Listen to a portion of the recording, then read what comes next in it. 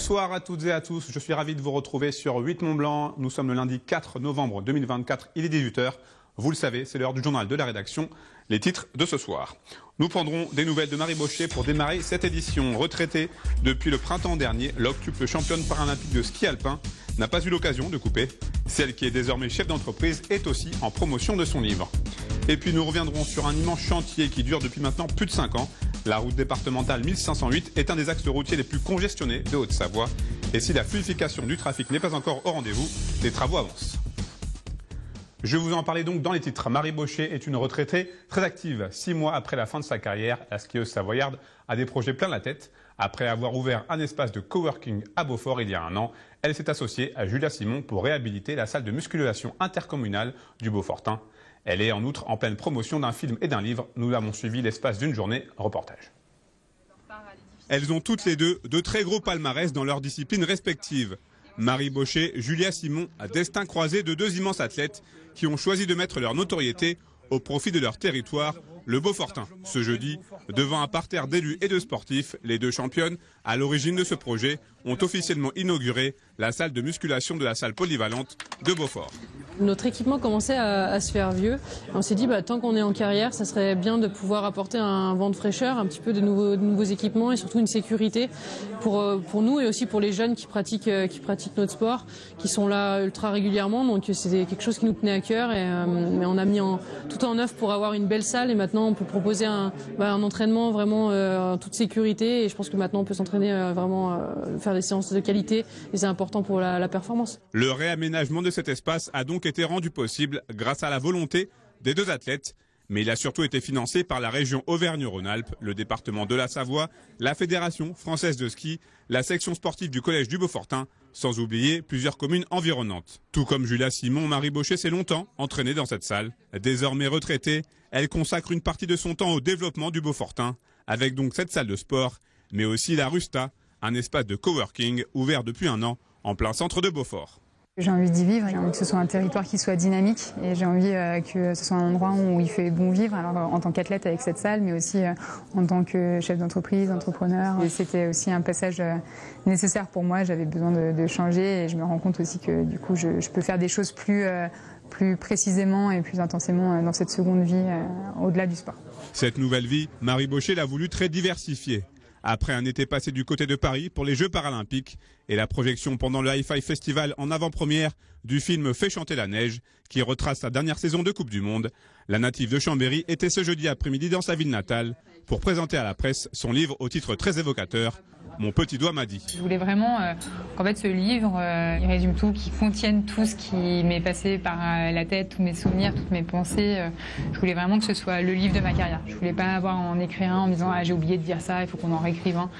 Je voulais vraiment que ce livre il soit réussi dans sa première version. C'est cette question de rencontres et d'échanges qui sont assez chouettes et que j'aime énormément. J'appréhende un petit peu le retour sur le livre.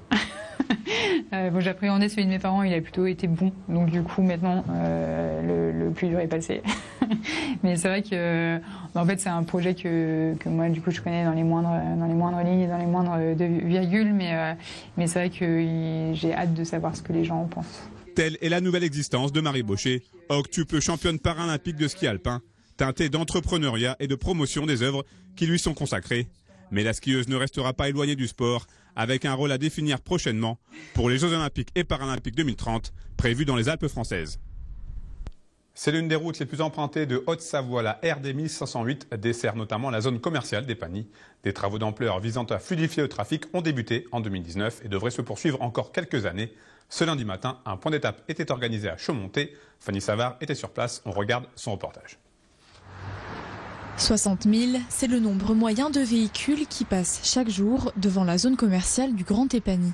Un trafic conséquent qui se retrouve également quelques centaines de mètres plus loin, à la hauteur de Chaumonté.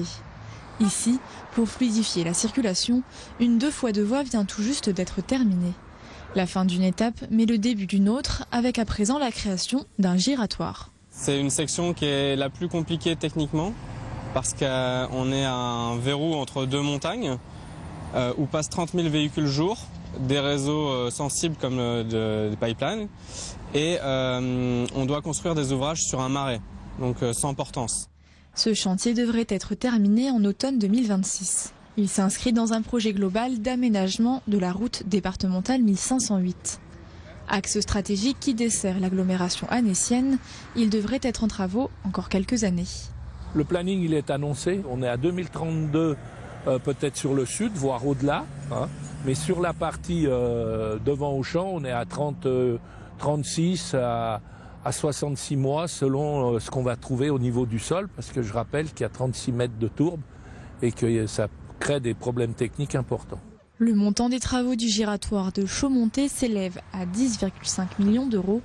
Au total, l'aménagement de la RD 1508 devrait coûter plus de 80 millions d'euros. On termine ce journal avec du sport et du football et la suite des aventures en Ligue 2 du FC Annecy. Les Hauts-Savoyards recevaient Pau ce vendredi soir au Parc des Sports et grâce à une entame parfaite et une infériorité numérique bien gérée, le FCA s'impose finalement 2-0. Retour en images sur cette 5e victoire de suite à domicile. C'est devenu une des marques. Capijoko ouvre parfaitement son pied à la 5e minute. 1-0, ce sera le score à la pause. La seconde période démarre très mal pour les Reds. Bien, on enchaîne, on prend des points et prendre des points, c'est très important. On continue à avancer. Je suis très content pour ça et bravo, un grand bravo aux joueurs et à l'état d'esprit affiché encore ce soir. Ça bonifie Grenoble. Je pense que sur l'ensemble du match et sur la qualité du match, on méritait peut-être plus de gagner à Grenoble et un nul ce soir. On présente quelque chose de cohérent avec nos forces. On a des faiblesses aussi. Des faiblesses, le FC Annecy en a forcément. Mais en ce moment, il semble sûr de sa force, notamment à domicile, où il reste maintenant sur une série de 5 victoires de suite, sans encaisser le moindre but. Je suis très content aussi pour le public et pour les gens qui viennent, pour nos supporters, pour le COP.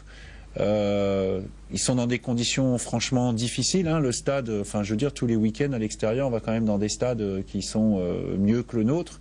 Et venir dans ces conditions pour supporter une équipe, c'est pas toujours évident. Donc je suis content aussi qu'ils puissent partager un peu avec les joueurs, voir l'équipe gagner. 3e du classement de Ligue 2 après 12 journées, le FCA impressionne par sa capacité à ne surtout rien lâcher, même en cas d'événement contraire, comme ce vendredi soir. On a un super état d'esprit, tout le monde défend, tout le monde fait les efforts les uns pour les autres et c'est pour ça qu'on a cette solidité là aujourd'hui et c'est important, il faut continuer, il ne faut pas se relâcher pour continuer à gagner des matchs. On a des certitudes sur ce qu'on fait, voilà, le coach il est vraiment pointilleux, le staff aussi, tout le monde est pointilleux sur le travail et c'est ce qui fait la différence aujourd'hui. Voilà, tout le monde connaît son rôle et c'est important et c'est ce qui nous rassure. Prochain match pour les Hauts-Savoyards vendredi 8 novembre à Rodez, 15e de Ligue 2, qui reste sur 3 résultats nuls consécutifs.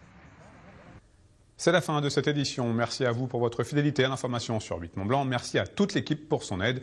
Vous en avez désormais l'habitude. Tout de suite, place à la météo de Thierry Paume. Retour dans l'information ce mardi à 18h pour un nouveau journal sur 8 Mont-Blanc. Passez une très belle soirée. On se quitte avec des images des 20 km de Genève. Pour sa 7e édition, l'épreuve aux 8 formats de course a connu un gros succès sportif et populaire avec 7324 participants, ce qui constitue un nouveau record. Chez les hommes, c'est Dominique Lobalu, 4e sur 5000 mètres au JO de Paris, qui s'impose en 59 minutes et 48 secondes devant 2 concurrents kenyans.